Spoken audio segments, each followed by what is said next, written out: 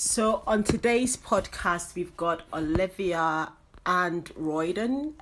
He's going to pronounce his name well when he gets a chance to talk about himself. But I just want to hand over to them. So today we're going to talk about the process they went through in buying their homes, why they decided to finally buy their home, what lessons they've learned, and also a few of the pointers that they want to share. So ask a few questions, and based on their responses, we'll try and get a bit more information out of them and a bit more lessons out of them. So I know you guys from church. For those who are interested, we attend Kensington Temple. We're just going to try and keep this interview to 30 minutes, but we'll see how it goes because I like talking and we'll see how it goes. So, would you mind introducing yourself? Ideally, tell me a bit about yourselves, why you decided to buy a house. Do you have a house or do you have a flat? I know, but most people don't know. So talk about yourself and what you decided to buy, why you decided to buy your house. Go ahead. Okay, so my name's Olivia. As you've already said, this is my husband, Ryodon. We've been married for 10 years. I'm a lawyer. My husband is a manager in one of our London stations. We decided to buy a house for, many reasons. It's a house, yeah, not a flat, but we'd been renting for some time, and then we decided to go back to my mum's house and stay there for a while whilst we save up money for a deposit.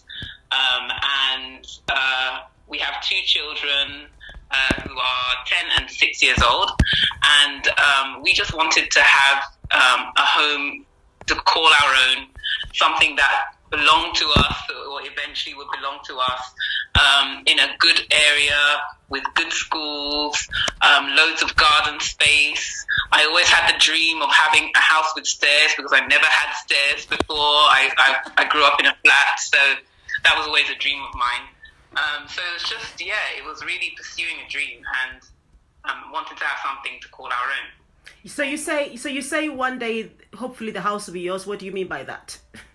As in, we bought this house with a cash deposit, but then the rest of it was a mortgage, so we have to pay a mortgage every month, a certain amount every month, and for like 25 to 30 years, and then after that, it will eventually be out. Okay, cool. So we'll come back to that. Right, what was your plans? What was your reason for buying a home, for wanting to buy a home, apart from Olivia wanting stairs and a garden? Like, I would say the main thing was just to give her what she wanted.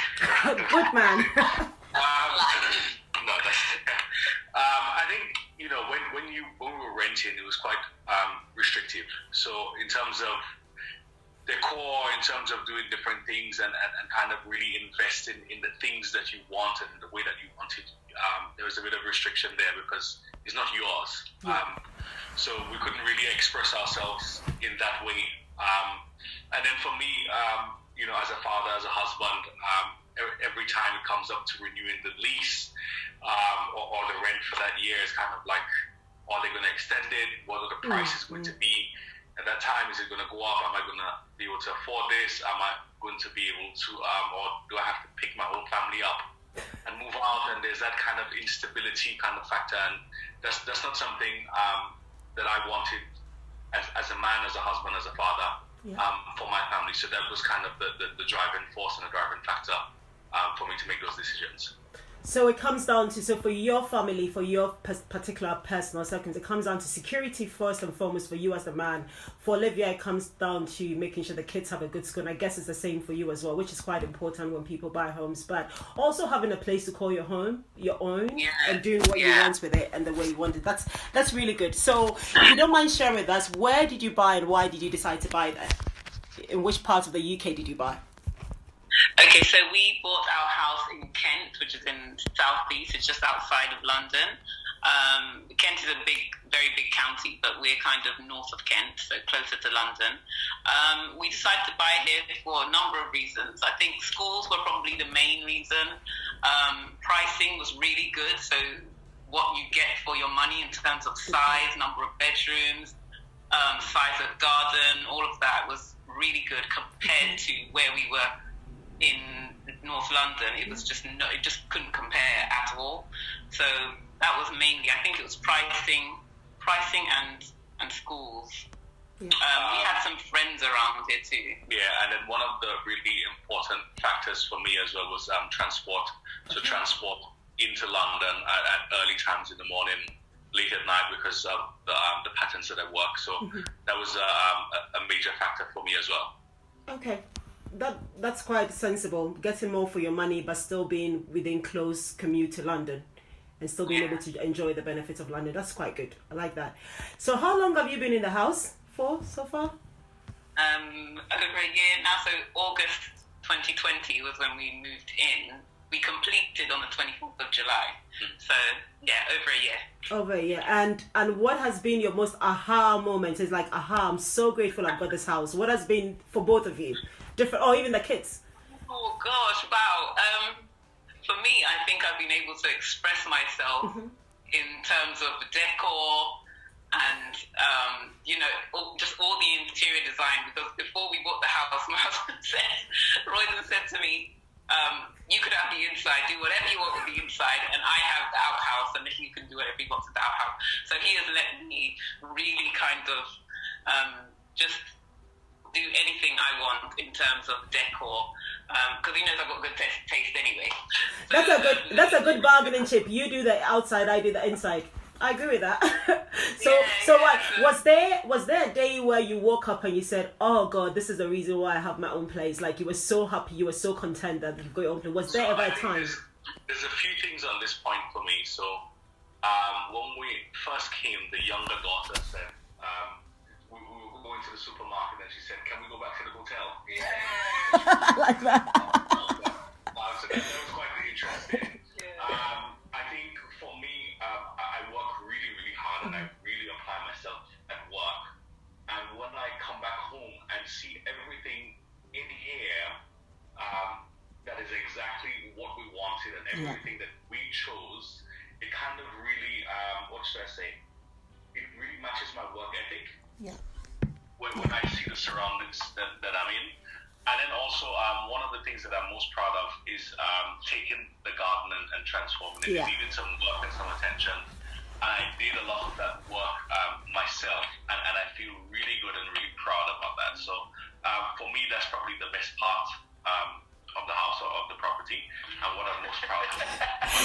So I know. So for the people who are listening, so I know the couple. I know Ryodon and Olivia, and I've seen Roydon's WhatsApp status. Like he basically built a whole new fence. He basically bought a mini excavator or rented a mini excavator and basically did a whole garden out. And then Olivia posted a video of her cooking in the kitchen with her mother-in-law, and I was like, "Oh, your kitchen is so beautiful!" Like, and I understand what they're saying, that knowing that this is what they want and coming home to a place where it's always what you wanted to be. So that's really great. So now we are going to go about financials, how you guys saved up for your deposit, what lessons learned you guys had. Share as much information as you want. If you're not comfortable, just give approximate numbers. That's fine. People should have an idea how much houses cost in Kent anyway. But we're going to start. So how much is the house that you bought? How much is the house that you bought, if you don't mind sharing? Okay.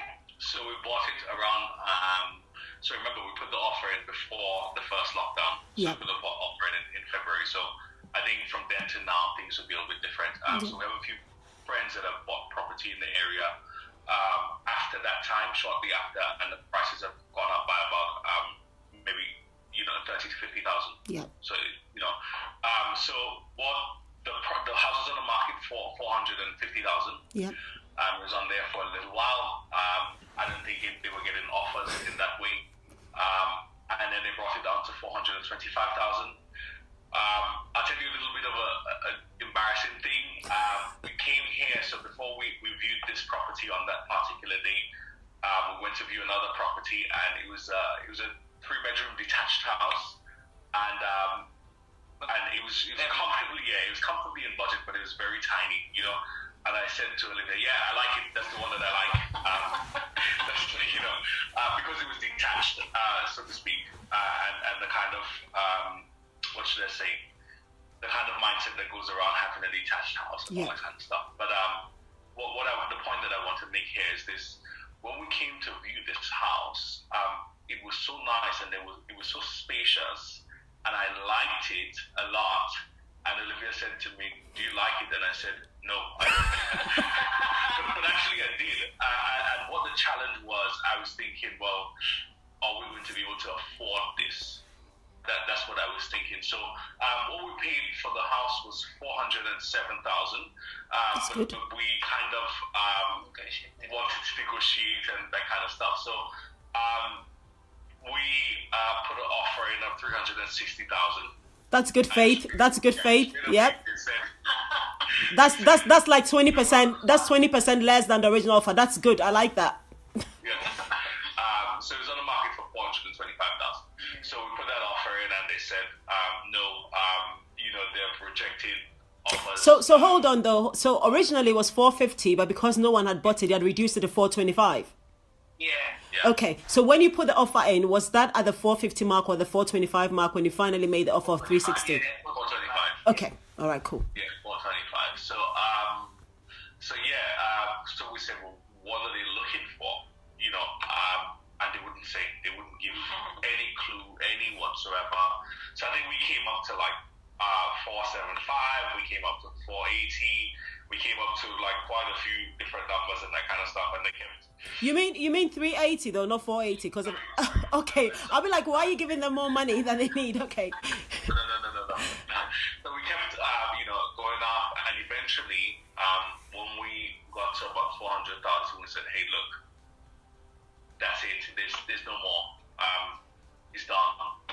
And then, so we went. They said that, and they're like, can you ask family? Can you borrow from friends? And I say, "Hey, it's done. That's where we are." So they went back to the person, and the person actually came back and said, "Hey, look, if you could meet us at 407, we would accept it." So let me understand this. So when you were going to your negotiation from your original offer of 360, actually the first question is, why did you decide to offer 360 at the beginning? And through your negotiation, how much were you increasing your offer up until the time where you got to 400 and said, "Look, we think we're going to get stuck here"? So what informed the 360, and then what later? How much increments were you doing to your negotiation stage? Okay, so 360, I think, so basically in terms of all negotiation, that's like a perfect tactic to have, is to go in very, very low. Yep. And then in the attempt that the seller will have to bring their price down by some degree. They're not going to come to 360, but you need to go in low. And then I think we probably put forward maybe 2 or 3 offers in total. Yeah. And it went up by about 20k. It probably went to 380, then 400, or 380, 390, then 400. Yeah. And then that was when they said, okay, if you can do 407, then we'll So in hindsight, you went in at 360 first, and then you were increasing by 20,000 each time. Did you think that 20,000 was too much to be increasing your amounts rather than maybe like 7,500, 10,000 or something like that? What informed the 20,000? Was someone advising you to do that, or was it your own? No. So we're going based on this kind of intuition. I don't think when you look at the property and you look at the condition it was in, freshly refurbished, and all that kind of stuff, it was worth it. So it wasn't kind of like, we're chasing this kind of hungry ghost. It was worth it, definitely. And in those increments, we were able to afford that still. Yeah. Also, so that's that. But we were also keen to get this property, or to get a property in that timeline. So when we decided we wanted to buy a house, and we took the action to move in with a family member, to save up the deposit and stuff like that, we were very clear about the timelines of when we wanted to do stuff. So it's quite a few different variants or contributing factors. Yeah. But that's some of the things that through the negotiation phase, was the agent, did you think that the agent was being fair, or do you think he was trying to drive up a bidding war between you and other buyers, potential buyers? What was your inclination? What did you feel? I don't think there were other, but I think other people had come to see it. I think they put in offers and they weren't accepted. Because the thing is as well, on RightMove, I checked, and the person who bought the property bought it for something like 300,000. But obviously they spent money to like refurbish it and do all of that. And so, they want to sell it as a profit. So I understand that. And I think other buyers probably knew that as well and weren't willing to give them 100,000 different, the difference. So I think that's part of the reason. I also think that when you're negotiating, you have to make sure that you're giving the right message. So if you are interested in the property, you can't be absolutely ridiculous with your offers, because then they're going to say, you're not serious. You don't really want this house because you're offering me, 350 on, and I know it's worth 450 or whatever. So you've got to kind of gauge it correctly to give off the right message to the seller that yes, we want it, but we don't want to, absolutely Okay, so I just want to dwell on the point that you made about RightMove, just for people who are watching, in case someone is buying a house they don't know. So every sensible person, or everyone who is knowledgeable about RightMove knows that when you're buying a house, it's always good to go and find out when the house was last sold. Ideally, sometimes there are pictures on there, so you kind of have an inclination or an idea what the condition of the house was in before the seller bought it. And through the RightMove portal as well, you can see similar houses on the street and try and negotiate based on what you found. So basically, that's what Olivia did, and she realized it was 300,000. How long ago had they bought and remodeled before you guys went into the offer? Yeah, 2 years before. 2 years before, wow. So they made, but do you believe that the work they did on the house was good enough? I've seen pictures of your house. Your house is really nice. So yeah, that's good. Okay. I want to go back to your little girl. So you said she made a comment along the lines of, when are we going back to the hotel? So the question I'm going to ask is, when you guys were viewing the properties and stuff, did you go with them, and how did you explain to them? Because I want people to understand that sometimes kids are quite important in the viewing process, or if you guys think so. So did you involve them in the viewing process, and when you bought it, did you explain to them that it's actually your home? How did that happen? Yeah. Do you want me to? Yeah, you can explain. So it's a bit of a process. So we took them along for the journey when we were moving back in with Olivia's mum. So just kind of keeping them updated as to where that is. So what we would do every month, when we got paid and we put the money aside towards it, we would also go for a drive, look on RightMove or something, look for different houses and drive and see them. So we did that every month for a year in different areas. So when we decided that this was the area that we wanted to come to, what we started to do was to come down to the area on the weekend. Good point. And then we'll just hang out down here. So there's a Nando's close by. We'll go to the Nando's, we'll look on all the different sites, RightMove and whatever the other names are, and then we'll look at different houses, go and see what outside is like, see what the distance is to the train station, and just kind of hang out and kind of get the vibe for what it is, how people are down in this area and how do we feel. So we took them on that journey, but to be specific, when we came to view this house, they were in school, so we dropped it to school and we came to view this one. And so when we viewed it the first time, so it was just the two of us, we viewed it, and then we wanted to come back to have a second look. So when we came back to have the second look, we showed it to them. So they came along at that time, and then we also went to the local park that there is here and spent the day and did a few different things and spoke about some of the stuff. So we were saying, hey, look, you're going to be leaving your friends over there, but would it be worth it to live somewhere like this and have this kind of house and have these kind of surroundings? So we did take them along for the journey.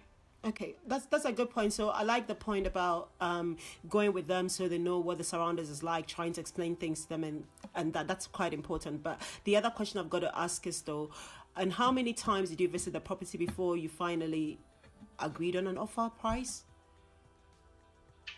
So it was twice. But then the lockdown came and we were just kind of stagnated with the process. So one day we were getting really frustrated with lockdown, frustrated with everything.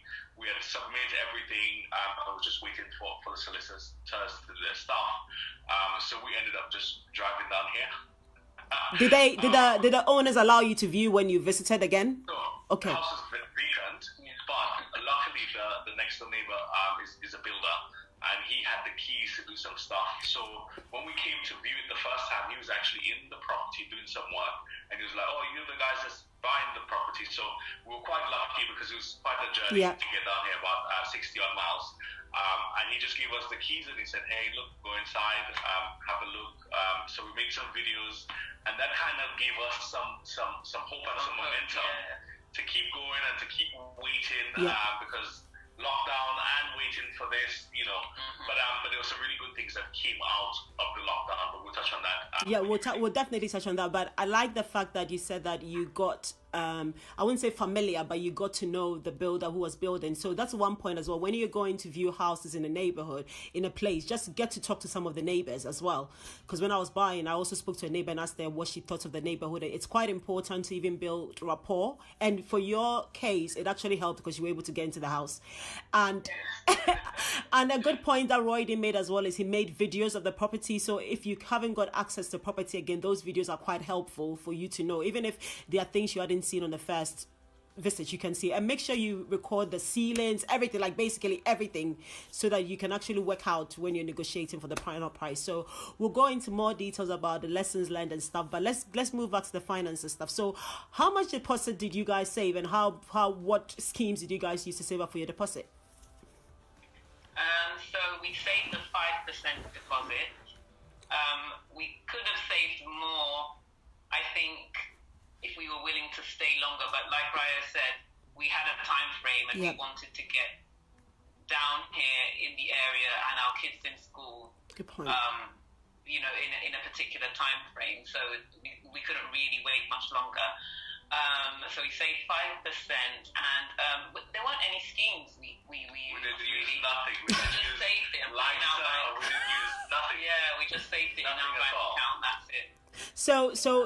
So let's say Ryodon and Olivia put down 5%. That would make it like 21,000. Just an example from the figures they're given right now. So if they had used a LISA and they had been saving to a LISA for some time now, and they had put 20,000 in, that would have given them an extra 25% towards their house purchase process. But it's just for viewers here that there's so many schemes that are available that you can use, like a LISA, a help to buy scheme. All those things are available, so please do look at it. But the Ryodons did it differently because they didn't know about it, but also because they had a timeline in which they wanted to move, particularly for their kids' school, which is, everyone's story is different, but basically that's what their story is. And you may copy theirs, but just pick out the good things from what they've done and the lessons learned that they're willing to share. Okay, so you saved 20%, and I know you gave a testimony in church. I'm not going to say it here, but if you want to talk about it, you can talk about it. So are there any other things you saved up for, like your emergency fund, like how to decorate your home, doing the garden? Because you had been to the house and you knew minor works that you think you wanted to do. Had you saved money for that, or did you do that after you had bought the property? Well, Ryodon is laughing.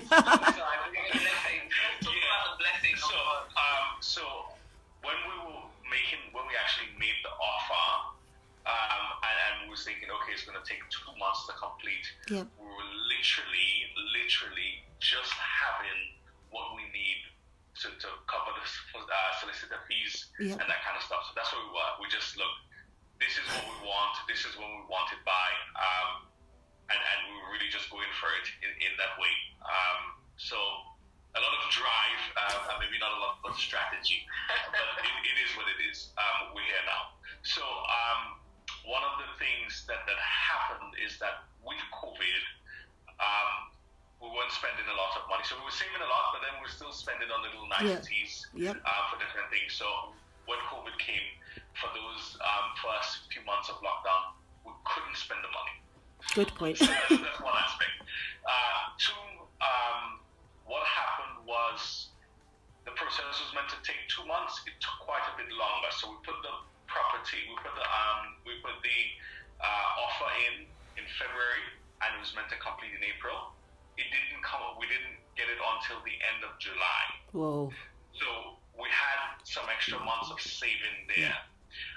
So I think in the end, we ended up, in that time, we ended up accumulating something like £8,000. More than we would have if we completed it on time. Let's dwell on that a bit, because we're both Christians. We're all Christians on this platform. And yes, my thing is not a Christian platform, but if anyone will join. So sometimes we want things to happen in a particular time because we have plans to do stuff. But other times it delays just a little bit.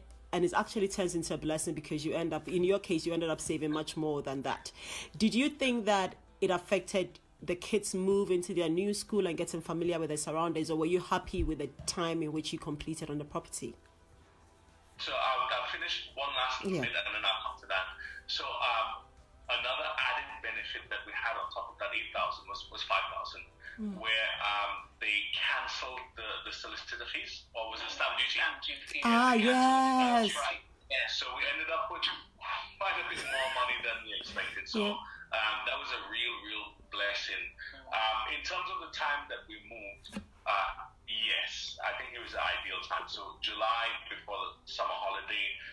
But there was some challenges in terms of school and getting them into school because we didn't have an address. So while we were waiting between the February and July time, we were contacting the local councils and different people like that to try and get them into the schools. But because we didn't have a fixed address yet, they wouldn't give us a space. So actually, when we moved down now and when we started making some of those communications, some of the challenges that we had was that they, a lot of the real soft after schools were full, and they wanted to give us the not so good schools. So there's some challenges with that. So that's on the official kind of side. On the emotional side, the younger daughter, she was 4 or 5 at the time. Four, and the transition was quite quick for her. But the other one struggled a bit. She struggled, so we had to really be intentional about doing certain activities, having lots of open conversation, and even sharing some of our vulnerabilities of change and of all of that kind of stuff. So we had to do some really other simple stuff. So we'll get into that. Don't talk about that now. Don't talk about that. We'll get into that. Don't talk about that now, because I really want people to understand the impact of change. Because you and I have had this conversation before, but don't go into that right now. Just before we move on from the finances stuff, did you guys have an emergency fund, like 2 months' salary or something, before you bought, or what financial plans did you guys have in place before you guys bought your property? We didn't have an emergency fund, but we realized it's like. I think Ryodon actually, he really got, a revelation. I don't want to use too much Christianese, but he got a revelation that we need to have an emergency fund, not just like, let's just save for a rainy day. Yeah. Like what you need to be a bit more specific. You need to know what exactly you're saving for, and why and how much and all of that stuff. So very quickly after purchasing the property, we decided to implement a budget, save properly, to take a record of our spending, of our income, our outgoings, all of that. And we realized, even before we bought the property, actually, because when we had to do discussions with the financial advisor, he was explaining, like he was going through all of our finances, and we were like, okay, we've actually got quite a lot. Roydon's face. And we didn't realize, we're like, where is it going then? And you just spend money and frivolously, you just don't really realize. But we had a lot of disposable income. So as soon as we did buy the property, that's when we started to get serious about saving and budgeting and all of that, because before it was all about just buying the house, like getting a deposit to buy the house. But now it's about really having an emergency fund if something breaks down in the house, if anything, whatever it is, but to have a good solid amount of money there ready. Yeah. So go on. I'd say on that as well, though, is that I don't like budgeting. It's not fun. It's easier to just spend and enjoy whatever you want, but it does give you a real sense of security. So it's one of those necessary evils. If I was to say it's fun and I enjoy doing it, I don't. But it really serves a purpose and gives a real sense of security. So I just wanted to dwell on something here that, like I say, everyone's story is different. Luckily, through your mortgage process, you guys were able to speak to someone who was able to tell you that, look, you guys actually have more money than you had to. And although you had a timeline to leave the home because of your personal circumstances and the things that you wanted to do at a particular time, you were still very strategic about buying the home and then sorting out your finances. I don't mean sorting out your finances, but basically putting things in place to make it easier on you guys when you guys buy a home. So for the purpose of these, of the viewers and stuff, if you truly believe that it's time for you to buy a house and you haven't even got the emergency fund, I would say get an emergency fund before you buy. But if you look at the Goddards case, they didn't have it, but they were aware that they could easily save it up once they bought it. So sometimes it's good to just step in and do it.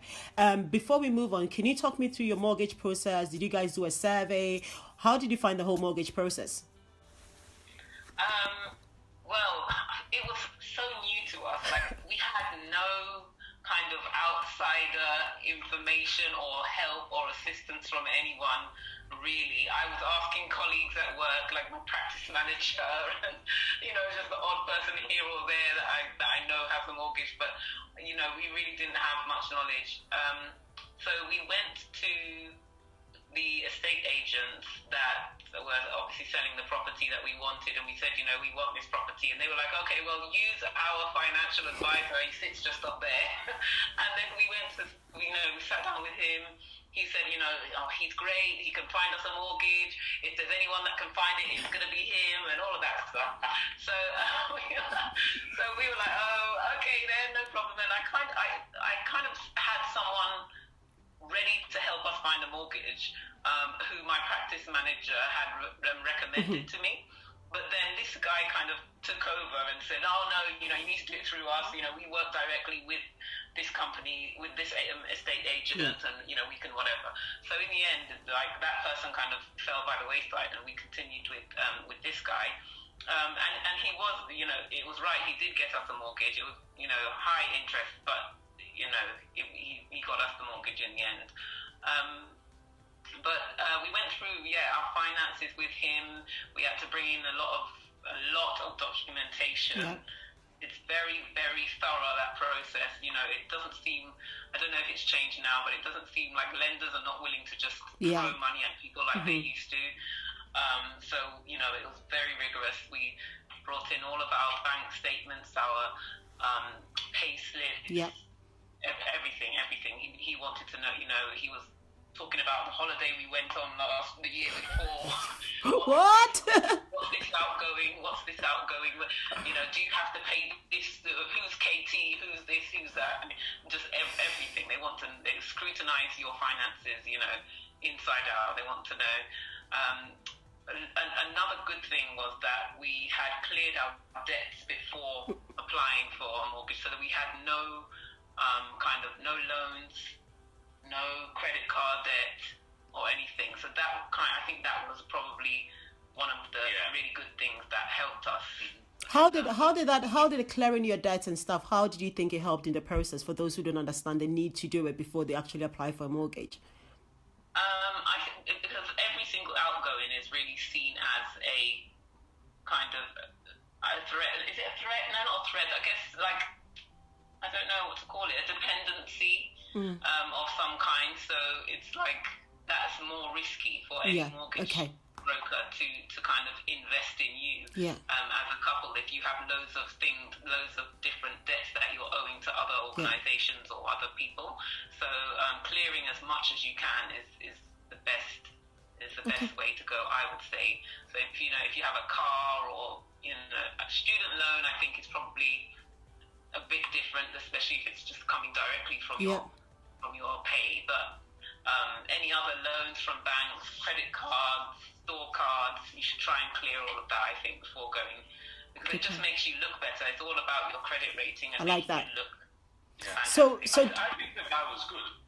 I like the idea that, we're getting the property from here, the guy is right here. I was hopeful that would actually speed up the process. Yeah. I like the fact that the fees that he charged, I think it was £500, and he would do everything, and it's just one flat fee. There's no risk of it going more or less or anything like that. So that was, I thought that was really good. He made some other recommendations, so he did a little bit of budgeting. When I say budgeting, it's not the long-term stuff, but what your monthly salary is looking like. Okay, what are you going to put aside for entertainment? What are you going to put aside for food? What are you going to put aside for whatever it is? If you want to go on that holiday, how much you need to save. That's good. For each month and that kind of stuff. So you offered that. We also looked into some other stuff like life insurance and what kind of stuff that our employment or being self-employed or whatever it is, and put in different mechanisms or measures in place. For like payment protection or how long does your sick pay last for, different things like that. So you did a deep dive into that kind of stuff and made some recommendations, and I thought that was pretty good for the price. Yeah. So I just want to say that when I was applying for my mortgage, I didn't go through a mortgage advisor, but I went straight through the bank. And I don't believe that it was as rigorous as what you guys did, but maybe it was because the bank I use has a connection with the bank, my normal day-to-day banking, so they were able to actually check my statement and stuff. But like the Goddards have said today on the call, for the purpose of those who know, if you don't have a budget, then sometimes it's good to go to the financial advisor, the one they went to, like the mortgage advisor process, so they can help you work through a high-level budget to really understand where your outgoings and your incomings are, and also advising on life insurance and things like that. So my mortgage provider did advice on life insurance stuff. I still haven't got it. I need to get it, but those are things that you need to work on. Did you think your credit score had any impact on the rates that you got or not?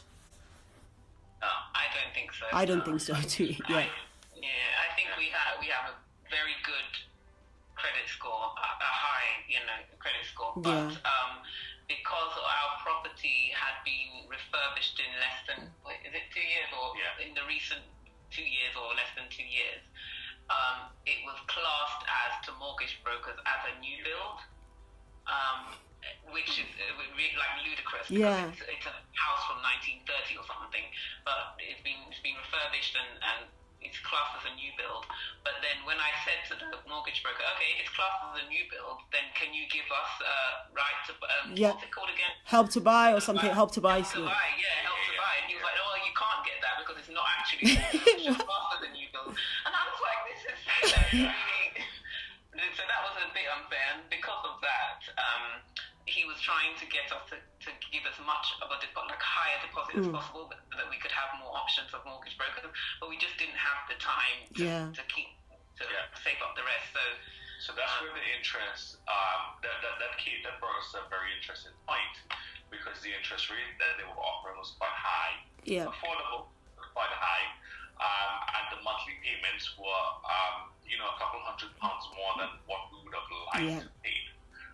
But then I had to weigh that up. Okay, in terms of what value does this property and us going ahead add to our kids and my family versus what I'm going to pay, or do I hold off for that and then deprive them of that? And I had to weigh up those options. So given that circumstance, because the rate was quite high, we made the decision to fix for 2 years rather than 5. Yeah. So then after 2 years, what would have happened is not going to be classed as new build anymore. Yeah. So and we'd also gotten some more kind of equity in. Yeah. And then in 2 years we renegotiate, and then hopefully we'll be in the better place. Good point. I like that. We'll talk more about your equity and what you're planning to do with it soon in the next question.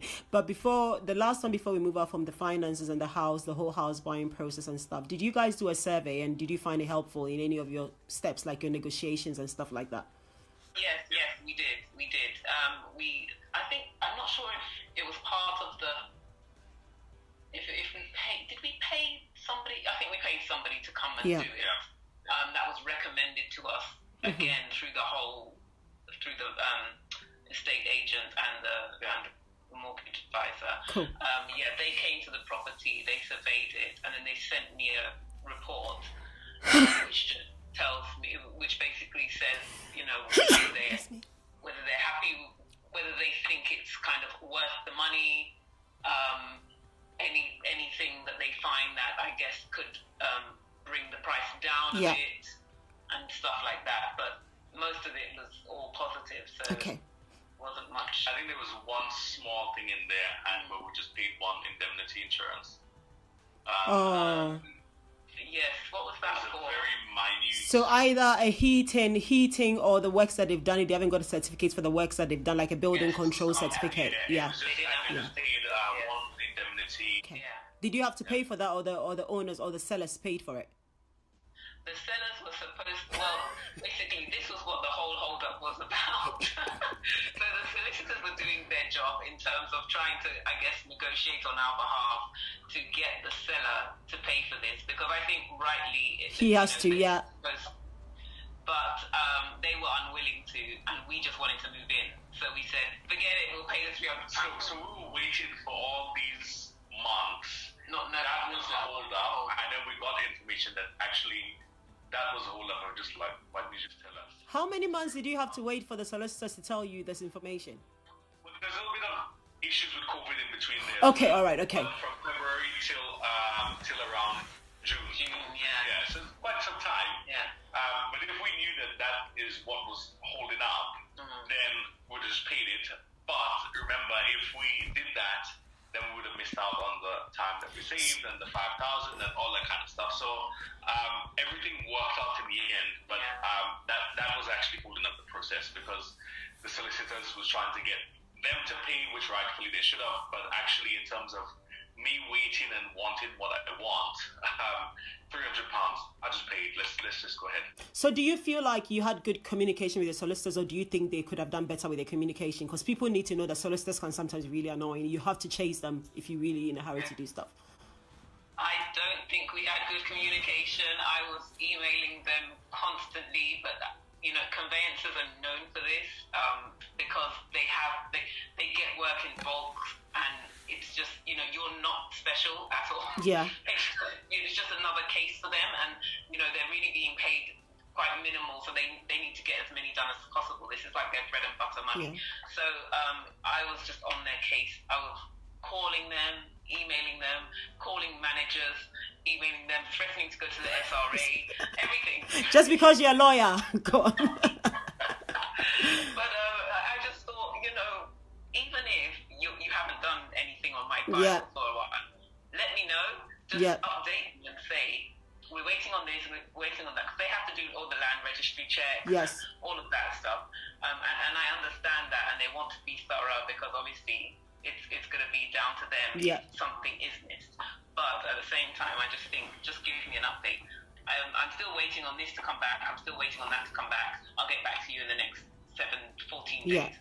That would be fine. But I think chasing them is like... Where did you find your solicitors? Did you go through the agents, or where did you get your solicitors? They were part of a panel. Okay. That are our mortgage brokers panel. Okay. And they were based somewhere in... Was it Leeds or Newcastle? Somewhere far. The cheapest on the list, basically. It doesn't matter where they are. Yeah, so it was that, So, never met them. Just all on the phone. Okay. All right, cool. So we just move on to the next. I think we've done enough of the process and the finances and stuff. So we got two more main questions, and then we can end the call. But it's called making it to the keys. So you've spoken a bit about this, but I just wanted to ask, did you ever think of giving up in the process? And what kept you going? Because you're Christian, I'm going to ask you, were there any scriptures that kept you stay the course?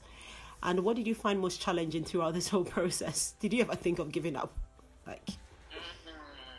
Honest from both of you. What do you think about it? I think what I would say is the day that we left here, and we decided, is this the house that we want? Oh, God. So we decided, because it was a long car drive on the way home, and we said yes, and we both agreed that this is what we want, this is what we're going to go for, and we even agreed that we will have the keys by Good Friday.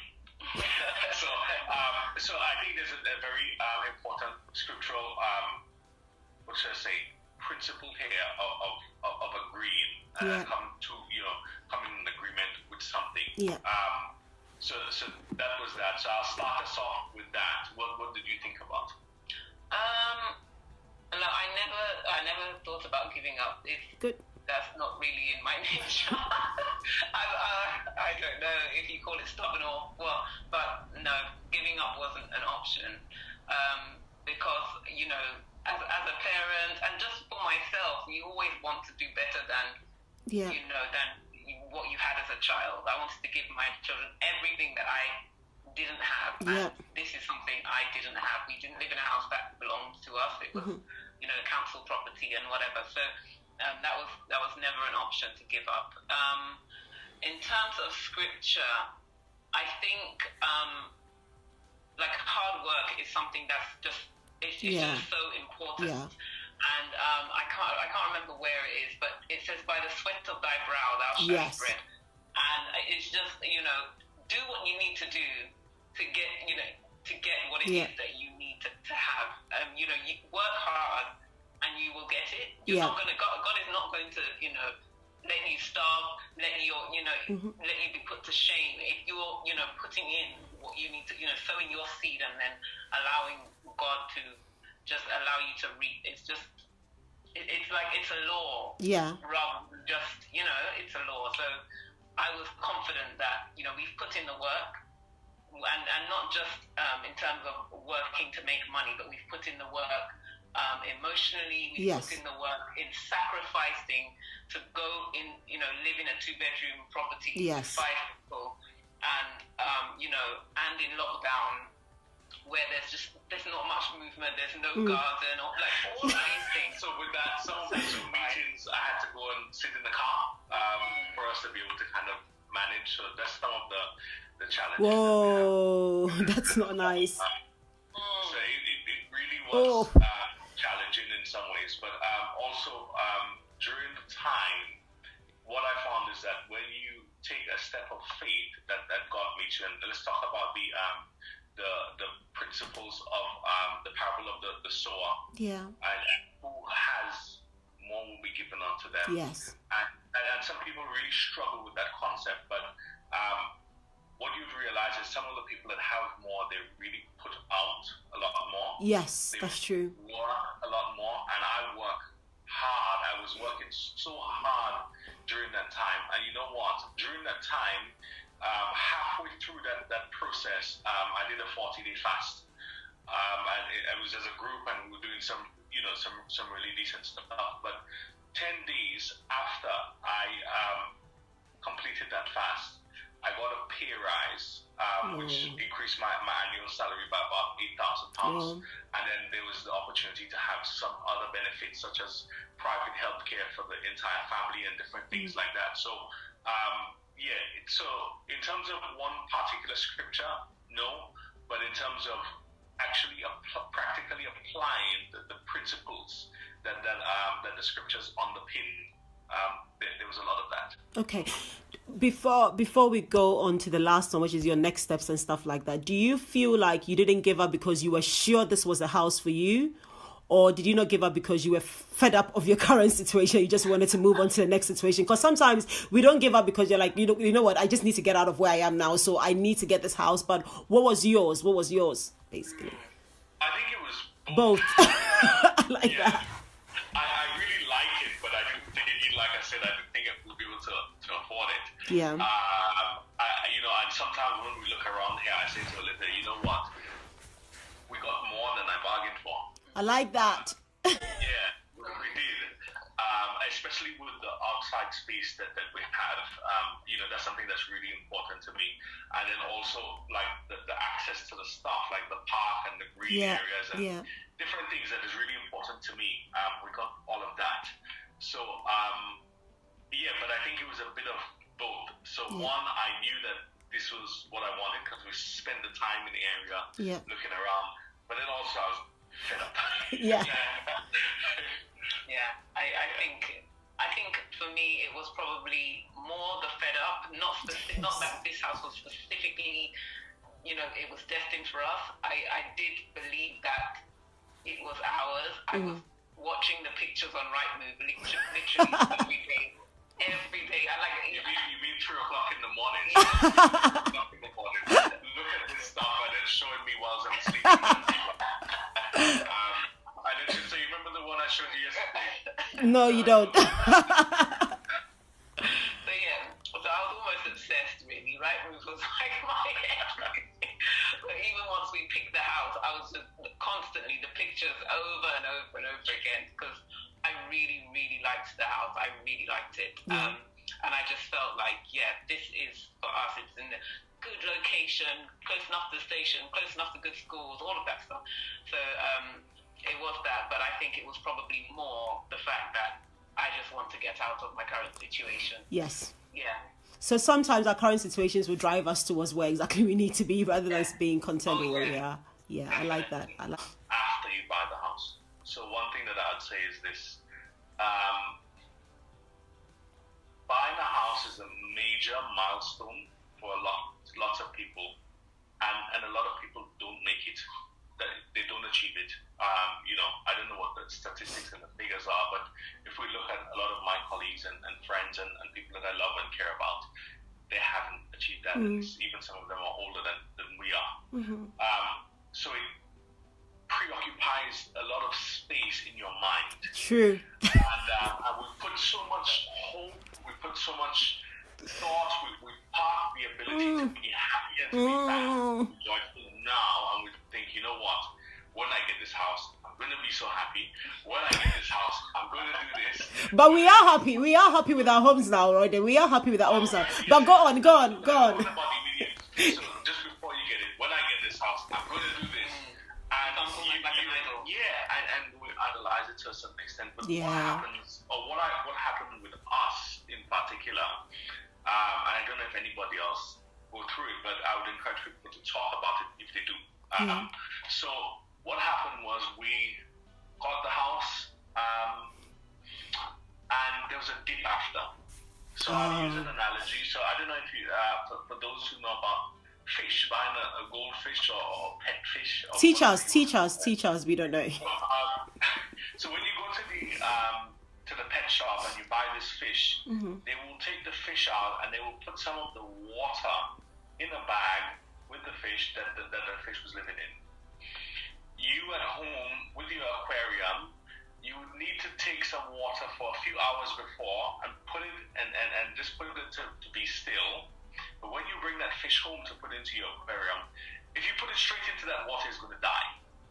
So what you would do is you will take the bag that the fish is in with the water and put it into the aquarium, and you would leave it there to kind of climatize a little bit. So that's how I would describe it. So we came from where we came from into this new house. Into the hotel.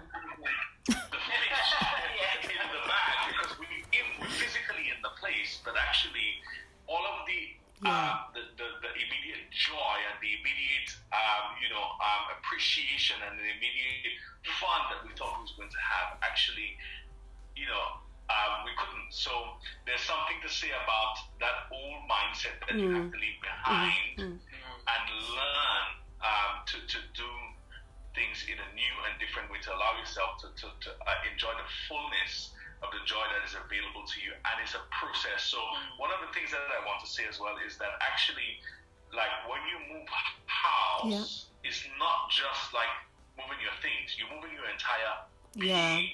And that takes some time for you to kind of live in the house and to adjust and to become comfortable and different things like that, and get used to that in a way. So if you think I'm going to be happy right now, just slow down a little bit, take your time. And then also there's a journey in terms of physical work that needs to be done in terms of getting your furniture and putting it up and moving different things, and learning how the waste is disposed around here and how you get rid of all the other stuff afterwards and all that kind of stuff. So there's some challenges. So after you get the house, fantastic, that's the apex or the climax. But there's a little bit of an anticlimax after. So I'm just going to summarize that. So it's basically, we don't make an idol of it because it just consumes us in every way, and we can't enjoy the moment in which we are in. Yes, we really want to move. Like, we all want to get out of where we live because, like, you've been in a one room for 14 years. Why? But you also have to realize that there's a bit of acclimatization to the whole process. And I wanted Ryodon to share the story of the goldfish because he shared it with me once, and it was very helpful for me to understand that sometimes our mindset and our whole spirit, everything is moving to a new place which you haven't been before, and you need some time to actually settle in. And about hard work, painting, getting furniture and all that, if it's just you and your wife and you haven't got people to support you, it can be very daunting and it can be very hard. So that's one thing too. So that's advice that you guys can take. It was the last question, but he's answered it, so I'll go to other questions as well.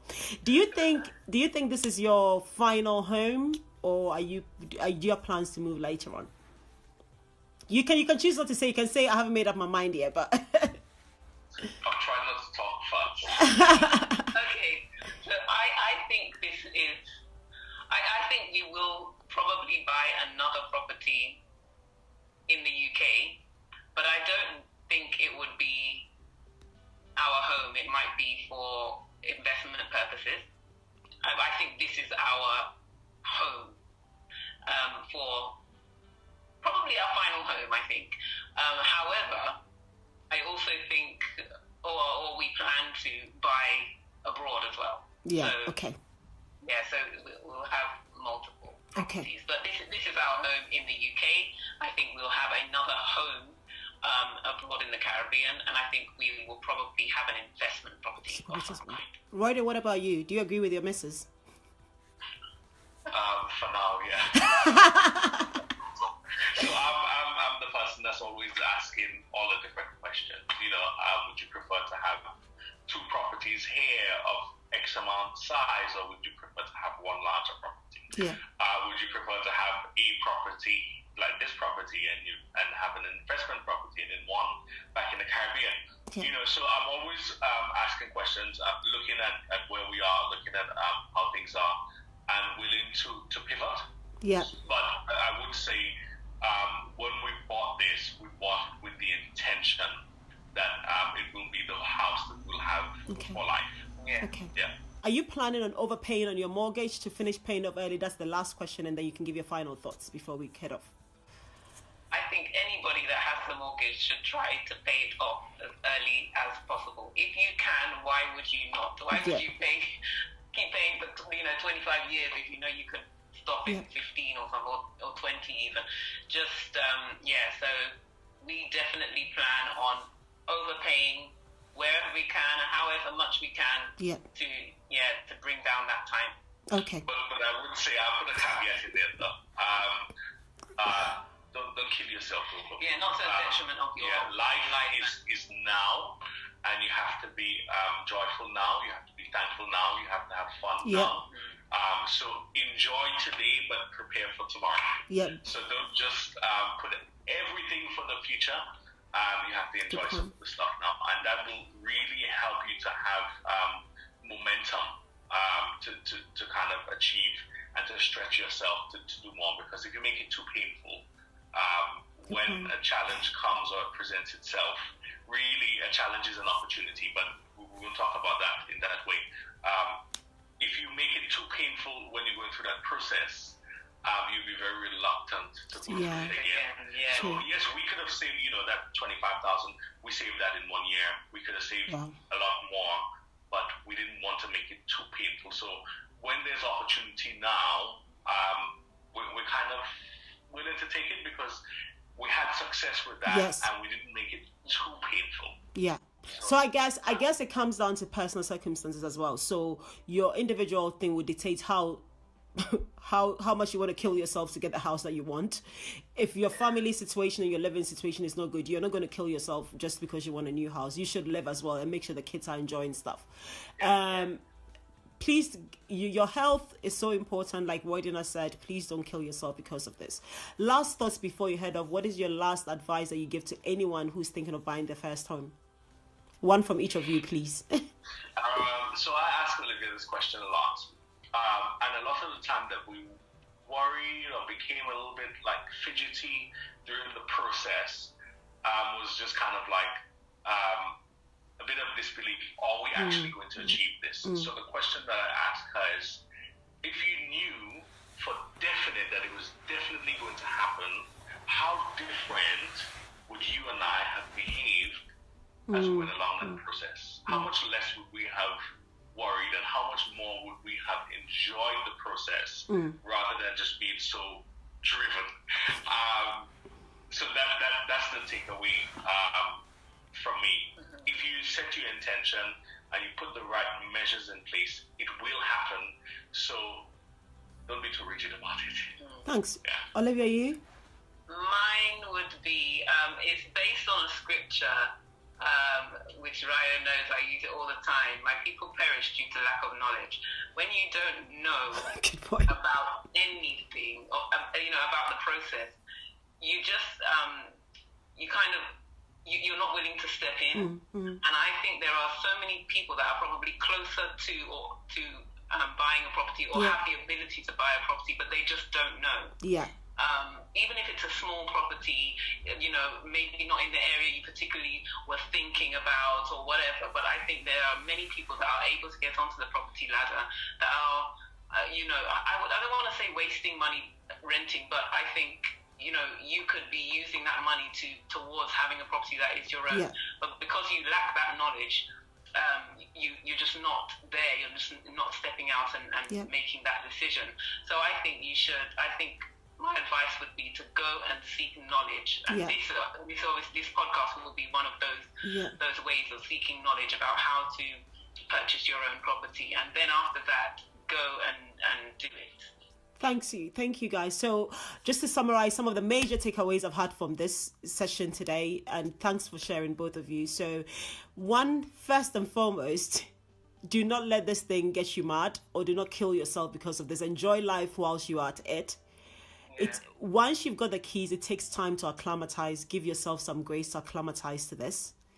Get as much knowledge as you can through the process. And I hope that today, Ryodon and Olivia's story, you've gotten a lot of knowledge out of this on what to do and what not to do, and some of the steps that they took to get to where they want to get to. And most importantly, do get life insurance, because I haven't got it as well. So do get life insurance. Thanks everyone for joining. Thank you so much, Olivia and Royo, for joining. And I hope that people find this useful. Thanks. Bye. Bye. Bye.